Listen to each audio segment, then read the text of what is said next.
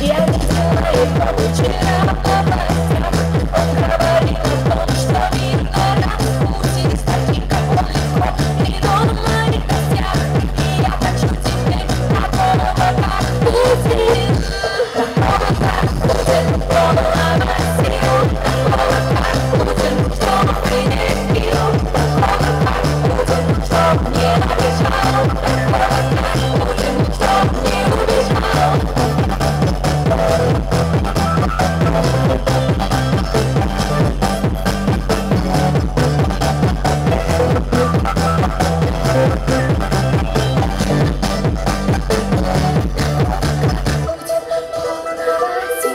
Такого, как Путин, чтобы не пил.